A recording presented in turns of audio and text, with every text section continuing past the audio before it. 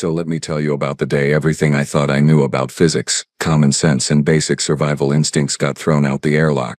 My name is Kellis, and I have been an instructor at the Velarim 7 Multi-Species Military Academy for 12 cycles now. 12 cycles of perfect safety records, impeccable training outcomes, and absolutely zero incidents that required filing incident reports in triplicate. I was proud of that, really genuinely proud. Velarim 7 is not just any training facility, mind you. Oh no. This is the premier low-gravity combat and movement specialist school in this entire sector. We have graduated over 15,000 cadets from 47 different species. Our facility floats in a carefully maintained 0.3 Earth standard gravity well, which for most civilized species is the perfect environment for learning advanced three-dimensional movement tactics without, dying horribly. The walls of our grand entrance hall are lined with plaques, commendations and holographic recordings of our greatest graduates. Commanders, fleet admirals, special operations legends, all of them trained here, in our controlled, safe, perfectly regulated environment. And then the Galactic Accord decided to expand the exchange program. You see, there is this new species that recently joined the greater community. Humans, they call themselves, from a planet called Earth. Which fine, whatever. Every species gets one planet to start with. The Accord thought it would be, quote, mutually beneficial for these newcomers to participate in our advanced training programs. I read the briefing files. I really did. Height, weight, basic physiology, atmospheric requirements, dietary needs, all standard stuff. They are bipedal, carbon-based, bilaterally symmetrical, honestly pretty boring on paper. Their homeworld gravity was listed as 1.0 standard, which made them slightly denser than the pelthic delegates but nothing extraordinary. The human cadet assigned to my training group was named Marcus Webb, 22 cycles old in his species years, previous education at something called Earth Defense Academy, no prior off-world experience, no specialized genetic modifications, no cybernetic enhancement, just a regular standard-issue human. When I announced this to my current cadet class, you should have seen their faces. Threx, my Saurian student, did that thing where his crest flattens completely against his skull, which means he is either terrified or deeply skeptical. In this case, probably skeptical. He hissed something about another soft worlder who will wash out in week 1. Yana, the Kreshtik whose species evolved in variable gravity environments, just clicked her mandibles in that amused way of hers. She had been the top performer for 3 months running and clearly did not see this human as any kind of threat to her standing.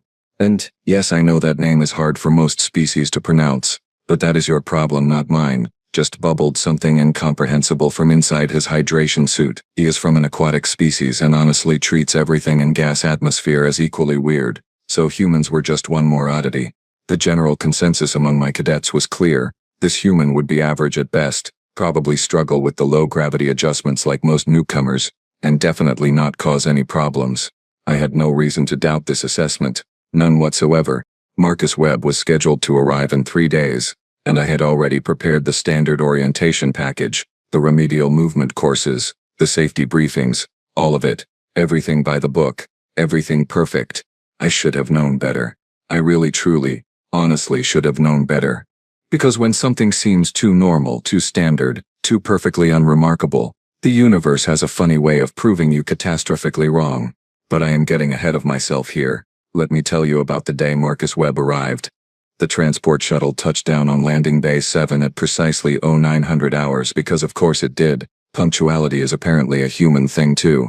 I was standing there with my datapad, my perfectly prepared welcome speech and my carefully maintained expression of professional neutrality. 3 other instructors flanked me, because protocol demands proper ceremony for exchange students, even if we all secretly thought this was a waste of time.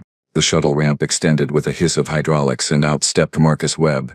First impression. He looked exactly like his file photos, brown hair, cut short, average height for his species, maybe 1.7 meters, lean build, not bulky, not thin, just aggressively medium. He wore the standard issue cadet uniform in that weird Earth camouflage pattern that makes absolutely no sense in space, but whatever. Traditions die hard apparently. His eyes were brown too, and they scanned the landing bay with what I would call casual interest, like he was taking in the scenery at a museum. Not arriving at one of the most prestigious military training facilities in known space. Cadet Webb, I said, stepping forward with my datapad held professionally. Welcome to Velarim 7. I am Instructor Kellis and I will be your primary trainer during your rotation here. Marcus smiled, and it was a genuine smile, not that political grimace that diplomats use. Thank you, sir. Happy to be here. His voice was steady, unremarkable, with that odd accent that all Earth Standard speakers have. He did not sound nervous, which was unusual for first-day arrivals, but maybe humans just hide it better. If you will follow me, I gestured toward the interior corridor. We will proceed to orientation where you will receive your gravity adjustment briefing and facility access credentials. He picked up his single duffel bag, just one bag, and fell into step beside me, not behind me like most nervous cadets, beside me like we were colleagues taking a walk. The orientation room was standard issue, white walls, holographic display panels, and adjustable gravity plates in the floor for demonstration purposes. I launched into my prepared speech about Velorim 7.3 gravity environment, the importance of controlled movement, the dangers of overcompensation, all the things I had said 500 times before. Marcus nodded along, asked clarifying questions that were actually intelligent, and when I demonstrated the proper low-gravity walking technique, he watched with genuine attention. All right, I said, deactivating the holoprojection. Let us test your initial adjustment. The gravity in this room is currently set to 0.5 standard. I am going to lower it to 0.3. Our facility normal. Move slowly. Be careful. And if you feel disoriented, sit down immediately. I adjusted the gravity plates.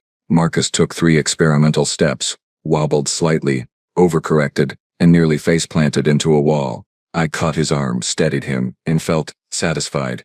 Good. Normal. Manageable. Do not worry, I said, in my most reassuring instructor voice. Everyone struggles at first. You will adapt within a few days. Marcus actually laughed and said, yeah, this is going to take some getting used to. Famous last words, Marcus. Famous last words. Day 1 of actual training began at 0600 hours because apparently every military organization in the known universe agrees that mornings should be painful.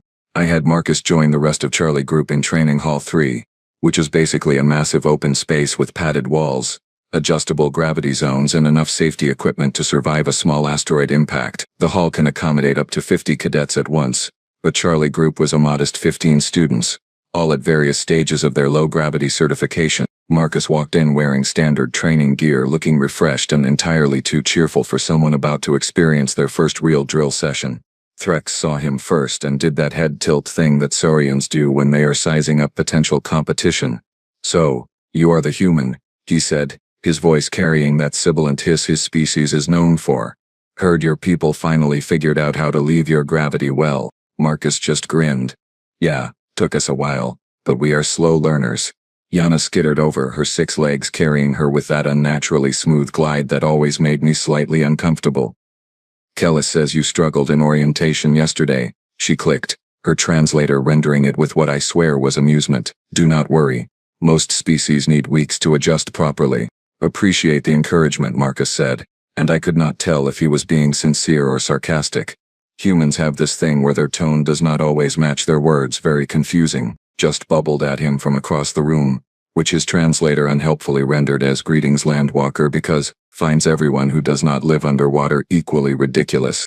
I clapped my hands together, the sound echoing off the padded walls. Alright, Charlie Group. Attention. Today we are running basic movement drills, lateral displacement, vertical orientation, and controlled momentum exercises. Standard safety protocols apply, which means if I see anyone attempting unauthorized maneuvers, you will be spending the rest of the day writing incident prevention essays. Groans echoed through the hall because apparently complaining about paperwork is also universal. We will start simple, I continued, gesturing to the marked lanes on the floor. Lateral movement across the hall, controlled speed, 3-point contact minimum at all times. Remember, in 0.3 gravity, every movement is amplified. Small pushes, controlled breathing, constant awareness. The cadets lined up. Marcus positioned himself near the back, probably hoping to observe first before attempting anything. Smart, actually. Threx went first, pushing off with his powerful saurian legs, gliding smoothly across the hall in a textbook perfect low-gravity stride. Excellent form, predictable trajectory, safe landing, exactly what I wanted to see. Yana followed, her multiple legs giving her absurd amounts of control, making the exercise look effortless. Show off. Went next, moving with this bizarre flowing motion that his species somehow pulls off naturally, like watching oil spread across water. Weird, but effective. Then came Marcus's turn. He positioned himself at the starting line, bent his knees slightly and pushed off. Too hard, way too hard. His body launched forward like he had been fired from a cannon. He rocketed across the hall, flailing his arms in what I can only describe as controlled panic, and slammed shoulder first into the far wall with a thud that made everyone wince. I was already moving toward him, ready to call for medical, already composing the incident report in my head, already regretting accepting this human into my training group. Marcus peeled himself off the wall, rotated to face us and started laughing. Not nervous laughter, not embarrassed laughter, actual genuine amusement. Okay, he called out, rubbing his shoulder. That was entirely my fault. Let me try that again. He pushed back toward the starting line, this time with slightly better control, though he still moved like someone who had never experienced low gravity in his entire life, which according to his file he had not. I assigned him remedial movement training with the beginners, figuring he would need at least 2 weeks to develop basic competency. I was wrong about that too, but not in the way I expected. By day 5, Marcus had stopped crashing into walls, which I considered a significant achievement worthy of note in my daily log. By day 7, he was moving through the basic drills with what I would call competent mediocrity. Nothing impressive, nothing terrible, just solid average performance. By day 10, something changed, and I still cannot explain exactly what happened. It was like watching someone suddenly remember how to do something they had forgotten. One moment Marcus was carefully, methodically pushing himself through a lateral movement exercise. The next moment he was flowing through the course like he had been born in low gravity. Not smooth like Yana, not powerful like Threx, but something else entirely, something I did not have words for. He started using momentum in ways that should not work, redirecting his trajectory mid-flight with tiny adjustments, catching himself on surfaces at angles that looked wrong but somehow functioned perfectly. Threx noticed it too. The human is learning too fast, he hissed to me after one training session. It took me 4 weeks to reach that level of control. I had no good answer for him, so I just said something vague about different species having different learning curves, which satisfied nobody, including myself. Then came week 2 and the vertical combat course evaluation. The VCC is Valorem 7's signature training environment, a cylindrical chamber that extends 200 meters vertically, lined with platforms, obstacles, handholds and simulated combat zones. It is designed to test 3-dimensional tactical movement, situational awareness and controlled aggression in low-gravity environments. Standard protocol requires safety harnesses for all cadets below Level 3 certification, which was everyone in Charlie Group including Marcus. I gathered the cadets at the base of the cylinder, where the massive structure stretched upward like a throat leading to nowhere. The walls were a dull gray composite material, dotted with handholds, platforms jutting out at irregular intervals, and obstacles that could be reconfigured for different difficulty levels. Today, I announced, my voice echoing in the vast space, you will each complete a timed run through the VCC basic configuration. The goal is not speed. The goal is control, safe movement, tactical awareness, 0 incidents. I pointed at the harness station where automated arms waited to attach safety cables. Everyone gets harnessed. No exceptions. No arguments. The harness will prevent falls, but it will not do the work for you. You still need to navigate the course properly. The cadets lined up, and one by one, the automated arms attached the harnesses with mechanical precision. Threx went first, completing the course in 18 minutes with textbook form. Yana finished in 15, because of course she did. Took 23 minutes but maintained perfect safety protocols throughout. Then Marcus stepped up to the harness station. He let the automated arms attach the safety cable, checked the connection points himself and then looked up at the towering course above us. His expression was, how do I put this, disappointed? No, not disappointed. More like a kid being told they have to wear floaties in a swimming pool. Instructor Kellis, he said, his tone carefully neutral. Is there a certification level where the harness is not required? Level 3 and above, I replied, which requires a minimum of 8 weeks training and passing 3 separate safety evaluations. Why do you ask? Just curious, Marcus said, but his eyes were still fixed on the course above, calculating something I could not interpret. He started his run. The first 50 meters were solid, good hand placement, controlled movements, proper safety awareness. Then he reached the platform transition section, and something shifted in how he moved. Marcus stopped treating the course like an obstacle and started treating it like a playground. He swung between platforms with this fluid confidence, used his legs to push off surfaces in ways that generated momentum I did not think was possible, and navigated the three-dimensional space like he could see trajectories that did not exist yet. His time was 12 minutes, 47 seconds. That was faster than some of my level 2 cadet. When he reached the bottom and disconnected from the harness, I walked over to him, datapad in hand, trying to keep my expression professionally neutral. Cadet Webb, I said slowly, your file indicates your homeworld has 1.0 standard gravity. Yes, sir, Marcus confirmed, still slightly out of breath. And Earth's gravity is, specifically, how much stronger than our 0.3 environment here? Marcus thought about it for a moment, then said something that made my spine go cold. About 3 times stronger, sir. Why do you ask? 3 times. 3 times stronger.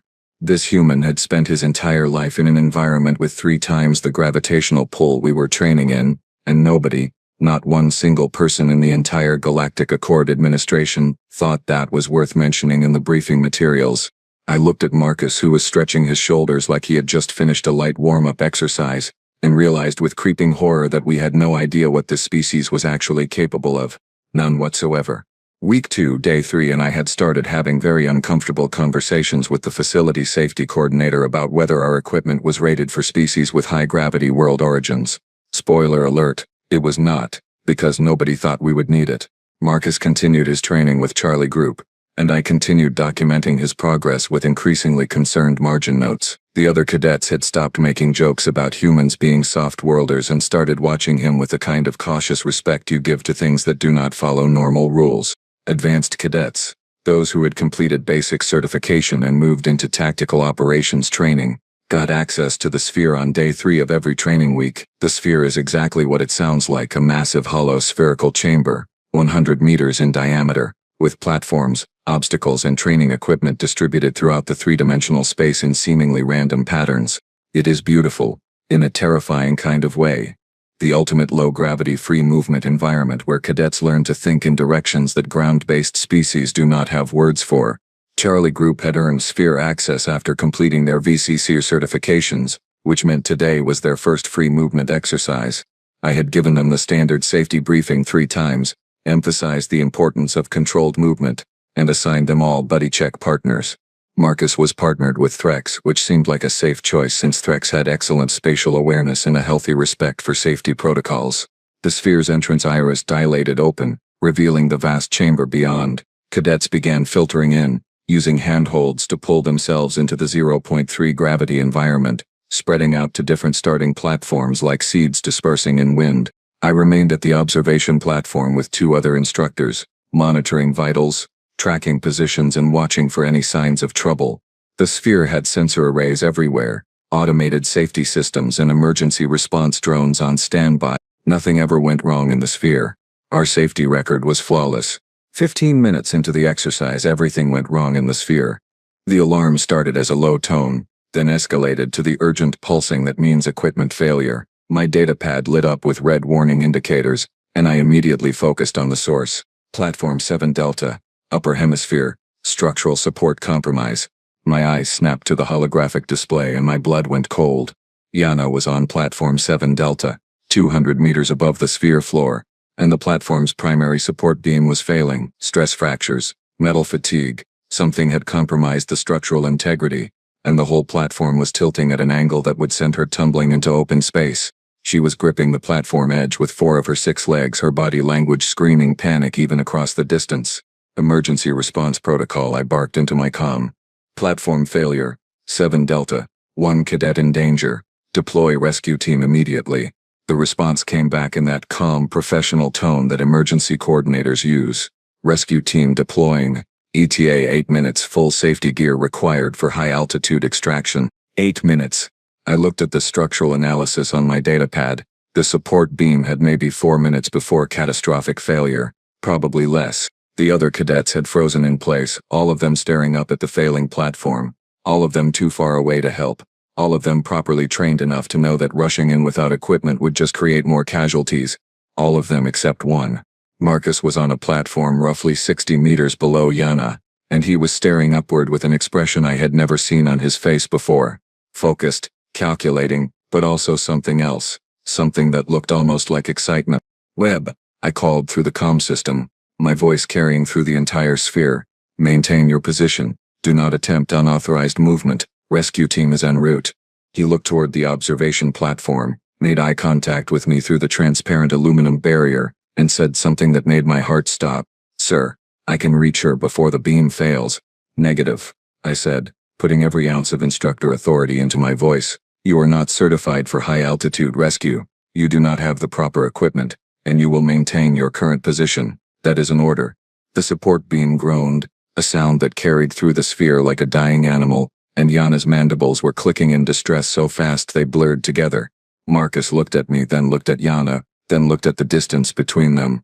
Then he reached down and started unlocking his gravity boots. Cadet Webb, I said, my voice going from authoritative to genuinely terrified. Do not do what I think you are about to do. That is not a suggestion, that is a direct order. Stop right now. He pulled off the first boot, then the second, and stood on the platform in just his standard training suit. Sorry, sir, Marcus said, and his voice was calm, almost apologetic. But 8 minutes is too long. And then he jumped. No, jumped is the wrong word.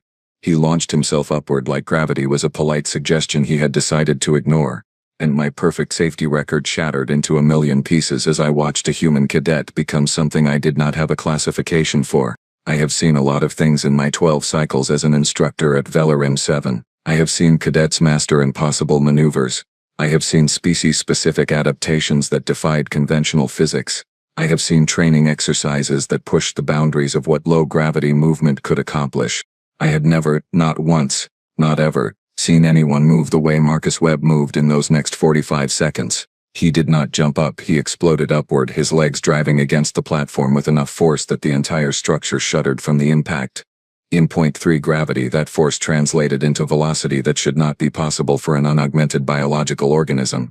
He rocketed toward the sphere's upper hemisphere like a missile with a destination, his body position aerodynamic, his arms tucked close to reduce drag even though there was barely any atmosphere to drag against. Threx made a sound I had never heard a saurian make before, something between a hiss and a whimper. Translator just gave up and emitted a confused warbling noise. I was screaming into my comm, calling for emergency intervention, calling for automated safety systems, calling for anything that could stop what was happening, but everything moves slower than a human in low gravity apparently. Marcus covered 60 meters in less than 4 seconds. Then came the part that made me question whether physics was even real anymore. He reached a support column, one of the massive structural beams that kept the sphere stable, and instead of grabbing it to slow down, he used it to redirect. His feet hit the column at an angle, absorbed the impact with bent knees that should have shattered under the force, and pushed off in a new direction like the column was nothing more than a stepping stone. He was not moving in a straight line anymore. He was plotting a three-dimensional course through the sphere's obstacles, using every surface as a launch point, every structure as a navigation reference. Equipment storage rack, kickoff, change direction by 15 degrees. A training platform occupied by 2 terrified cadets. Touchdown for a fraction of a second. Redirect upward again. A suspension cable meant for safety harnesses. Grab it mid-flight. Use the tension to slingshot around a obstacle cluster. He was not fighting gravity. He was having a conversation with it, negotiating terms, and apparently gravity was losing the argument. The other instructors on the observation platform were frozen, their species-specific expressions of shock rendering them into living statues. One of them, an elderly pelfic named Suran, who had been teaching here since before I was born, whispered something in his native language that my translator refused to process, probably because it was a prayer. Marcus was 150 meters up now, closing the distance to Platform 7 Delta with velocity that kept increasing instead of decreasing like it should. The support beam groaned again, louder this time, and I could see stress fractures spreading across its surface like veins of lightning frozen in metal. Yana saw him coming, her compound eyes tracking his approach, and her mandibles stopped clicking in panic and started clicking in confusion, because what was approaching her did not make sense in any framework she understood. 20 meters away, and Marcus grabbed an overhead handhold, used it to kill most of his upward momentum, rotated his body with core strength that should require cybernetic enhancement, and pushed off toward the failing platform at a controlled angle. 10 meters away, and the support beam gave its final warning, a metallic shriek that meant structural failure was seconds away. Marcus covered those final 10 meters in a diving grab that would have been suicidal for anyone with a normal sense of self-preservation, his arms outstretched, his trajectory calculated with precision that suggested either incredible luck or terrifying competence. He hit the platform just as the support beam snapped. The entire structure tilted. Yana lost her grip, and for one horrible moment I thought I was about to watch two cadets fall 200 meters to the sphere floor. Marcus's left hand clamped onto the platform edge, his fingers finding purchase on the composite material with grip strength that should not be possible. His right arm wrapped around Yana's thorax, catching her mid-fall, and then he was holding both of them against gravity with one arm while his other hand maintained their only connection to safety. The broken support beam tumbled past them, spinning slowly in the low gravity, a 2-ton piece of metal falling like a feather in slow motion. For 3 seconds Marcus just hung there, supporting his own weight plus Yana's mass, which was not insignificant given her species' exoskeleton density, with one hand gripping a platform that was no longer properly anchored. Then he looked down, and I swear on every star in this sector he smiled. Not a grimace, not expression of strain, an actual smile like he was enjoying himself. He pulled them both up onto the tilted platform with one smooth motion, muscles working under his training suit in ways that suggested human physiology did not follow the same rules as everyone else's. "Yana," he said, his voice somehow calm and steady despite the insanity of the last 45 seconds. "I am going to need you to hold on to me. We are going down the fast way." Yana's translator rendered her response as "What is the fast way?" but I suspect the actual meaning was closer to "Please no. I want to file retirement papers." Marcus repositioned his grip, waited for Yana to wrap her legs around his torso and then jumped off the platform. Correction. He did not jump off, he dropped off, and used every single obstacle, platform and structure between them and the sphere floor as velocity control points.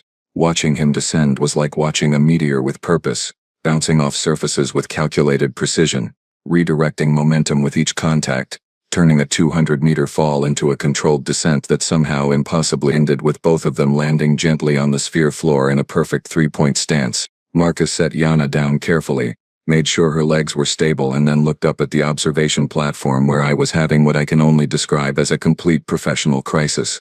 "Sir," he called up, his voice slightly winded but otherwise normal. "Do you have a bandage?" I scraped my elbow on that last platform. A scraped elbow. He had justified death, physics, and common sense, and he was concerned about a scraped elbow. I realized something in that moment, something profound and deeply unsettling. Humans were not fragile. They were not weak, and they definitely were not average. They were just very, very good at pretending to be normal until the moment when normal stopped working.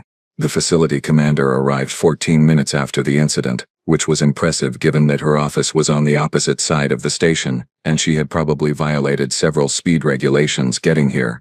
Commander Vorish was a Corinthian, which meant she stood nearly 3 meters tall, had 4 arms that she used for dramatic gesturing when angry, and possessed exactly 0 tolerance for nonsense. She had run Valorum 7 for 20 cycles with absolute authority and an unblemished safety record that I had just personally destroyed.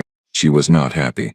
Marcus sat in the briefing room still in his training suit, the scraped elbow now covered with a standard medical patch. Yana sat beside him, her mandibles occasionally clicking in what I had learned to recognize as residual shock. I stood against the wall, my datapad clutched in my hands like a shield, waiting for the professional consequences of my failure to prevent this disaster. Commander Vorish's forearms were crossed in a pattern that meant she was cycling through multiple levels of anger simultaneously. "Cadet Webb," she said, her voice carrying that resonant quality that Corinthians use when they want to sound impressive and terrifying. "Do you understand that you violated 16 separate safety protocols, ignored a direct order from your instructor, and performed an unauthorized high-altitude rescue without proper equipment or certification?" "Yes, ma'am," Marcus said, and he had the decency to look at least somewhat apologetic. "Do you understand that your actions could have resulted in 2 fatalities instead of 1 injury, that you endangered not only yourself but also Cadet Yana, and that you have created a documentation nightmare that will require reports filed with 7 different oversight committees?" "Yes, ma'am," Marcus repeated, his tone respectful but not particularly intimidated. Commander Vorish uncrossed 2 of her arms and leaned forward across the briefing table, her eyes locked on Marcus with an intensity that had made senior officers confess to crimes they had not committed. "Then explain to me in clear and specific terms why you thought jumping 200 meters through a complex obstacle field without safety equipment was a remotely acceptable decision." Marcus was quiet for a moment, organizing his thoughts, and when he spoke, his voice was calm and matter-of-fact. "Because Cadet Yana had approximately 3 minutes before structural failure, the rescue team had an 8-minute ETA, and the math did not work in her favor, ma'am. I assessed the situation, calculated the risks, and determined I had the physical capability to reach her in time. Physical capability, Commander Vorish repeated slowly, each syllable dropping like a hammer. You are a first rotation cadet with 2 weeks of training. Yes, ma'am, but I am also from a 1.0 standard gravity world, which in this 0.3 environment means my effective strength and control ratios are significantly enhanced. The room went very quiet. Commander Vorish straightened up, her expression shifting from anger to something closer to confusion. Explain that statement, Cadet. Marcus glanced at me, then back at the commander. Earth's gravity is approximately 3 times stronger than Valorum 7's environment. My muscles, bones, and cardiovascular system developed in that higher gravity, which means here I am operating at roughly 1/3 of my normal resistance load. He said it so casually, like he was explaining that water was wet or that stars were bright. On Earth, he continued, I can jump maybe 1/2 meter vertically under full gravity. Here, that same muscle output launches me 15 meters or more. My reaction time feels faster because my body is not fighting against as much gravitational pull. Movements that would be difficult at home are, well, easier here. Commander Vorish turned to look at me, all 4 of her eyes focusing with an expression that clearly asked, did you know about this? I shook my head mutely, because what was I supposed to say? That I had read his file and somehow missed the part where humans were basically organic gravity-defying machines. Cadet Webb, Commander Vorish said slowly, turning back to Marcus. Are you telling me that for your species our advanced low-gravity training environment is what? Recreational? Marcus thought about that for a moment, his face scrunching up in consideration. I would not say recreational exactly, ma'am, more like comparable to swimming. You know, when you are underwater and movement works differently. But your body adapts pretty quickly because you are still using the same muscles, just in a different resistance environment. Swimming. He had just compared our premier military training facility to a swimming pool. Yana's mandibles clicked once, sharp and loud, and her translator rendered it as that explains so much. Commander Vorish sat down heavily in her chair, which creaked under her mass, and pressed 2 of her hands against her face in what I recognized as the universal gesture of someone reconsidering their entire career. Instructor Kellis, she said, her voice muffled behind her hands. Please tell me you have been documenting all of this. Every day, ma'am, I confirmed, holding up my datapad like evidence at a trial. Complete training logs, performance metrics, and approximately 47 margin notes that say some variation of how is he doing that. Commander Vorish lowered her hands and looked at Marcus with an expression that mixed respect, concern, and the dawning realization that everything we thought we knew about training protocols might need revision. Cadet Webb, she said finally, you are simultaneously the best and worst thing to happen to this facility in 20 cycles. You saved a fellow cadet's life, which is commendable. You also violated enough regulations to keep me in paperwork for a month, which is considerably less commendable. Yes, ma'am, Marcus said. For what it is worth, I am sorry about the paperwork. Training resumed the following week with what Commander Vorish called updated safety considerations, which was official speak for we have no idea how to handle humans, but we are going to try anyway. Marcus received a formal reprimand for violating safety protocols, which went into his permanent file right next to a commendation for exceptional courage under pressure, which I am pretty sure gave the administrative staff a migraine trying to process. More importantly, he received a new set of training parameters specifically designed for high-gravity world species, which was hilarious because he was the only cadet from a high-gravity world, so really they were just Marcus Webb rules wearing a fancy bureaucratic disguise. The other cadets treated him differently after the incident. Not with fear exactly, more like the cautious respect you give to natural disasters that happen to be friendly. Threx stopped making comments about soft-worlders entirely and started asking Marcus for movement technique advice. Yana followed him around like he was some kind of protective talisman against danger, which Marcus found embarrassing and everyone else found extremely reasonable. Just bubbled something that translated as landwalkers are insane and went back to his aquatic meditation exercises, because honestly nothing surprised him anymore. The facility had to redesign course difficulty limits, adding what they called advanced high-gravity adaptations, which basically meant making everything 3 times harder so Marcus would stop completing exercises in half the expected time. The engineering team was not thrilled about the extra work, but they admitted it was technically interesting to design obstacles that challenged someone who treated normal gravity like a minor inconvenience. Word spread through the multi-species military academy networks faster than light-speed communications. Other facilities started asking questions, requesting data, wondering if they needed to prepare for more human cadets. The bureaucratic nightmare expanded exponentially, and somewhere in administrative office I imagine someone was crying into their filing systems. I became something of an accidental expert on human training requirements, which led to me giving 3 presentations to facility commanders across the sector, all of which boiled down to they are stronger than they look, faster than they should be, and completely unaware that they are terrifying. That last part was the strangest thing to explain. Marcus genuinely did not understand why everyone treated his rescue of Yana like it was exceptional. To him it was just basic risk assessment and physical capability matching. On Earth, apparently this kind of thing happened regularly in their emergency services, their sports, their casual recreational activities. They had competitions where humans jumped over obstacles, climbed vertical surfaces and threw themselves through the air for fun. For fun. Their children played games that involved launching themselves off elevated surfaces and catching each other mid-fall. Their standard military training included carrying heavy loads across long distances in full gravity, which meant their soldiers were essentially strength training in conditions that would cripple most other species. I had spent 12 cycles thinking I understood physical limitations, training protocols, and safety requirements, and then one human cadet showed up and revealed that all my assumptions were based on species that evolved in reasonable gravity wells. Marcus completed his rotation at Velarim 7 with top marks in every category, not because we made it easy for him, but because we literally could not make it hard enough without creating courses that would be lethal to every other species. On his last day he shook my hand with that human custom of gripping palms, and his grip was gentle, controlled, carefully modulated so as not to cause damage. "Thank you, Instructor Kellis," he said, genuine warmth in his voice. "I learned a lot here, really appreciate the experience." "You are welcome, Cadet Webb," I replied, and meant it despite everything. "Though I think we learned more from you than you did from us." He laughed at that, shouldered his single duffel bag, and headed toward the departure shuttle. I watched him go, updated his final training report, and then noticed a message in my inbox from the Academy administration. Subject line read, "Incoming exchange student, human designation Jessica Webb." The message noted that Jessica was Marcus's younger sister, that she had applied for advanced tactical training, and that her file indicated she was considerably more athletic than her brother. I stared at that message for a long time.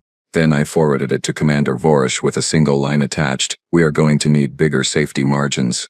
Her response came back in under a minute, just 2 words, "Much bigger." Somewhere in the facility I heard the engineering team already starting to redesign the training courses, their resigned sighs echoing through the ventilation systems, and I realized with absolute certainty that humans were not just another species joining the galactic community. They were an entire recalibration of what we thought possible, wrapped in friendly smiles and casual attitudes, completely unaware that they made the rest of us feel like we had been training in easy mode our entire lives. Marcus Webb had been an introduction, a preview, a gentle warning that the universe was bigger and stranger than our careful regulations had accounted for, and his little sister, who was apparently more athletic, was arriving in 6 weeks. I pulled up my retirement fund calculator, stared at it for a moment, then closed it and opened the training schedule instead. Because honestly, how much stranger could it get? Somewhere in the universe, I imagine reality itself laughed at that question, because apparently I still had not learned the most important lesson. Never ever ask how much stranger things can get when humans are involved. They will always find a way to show you.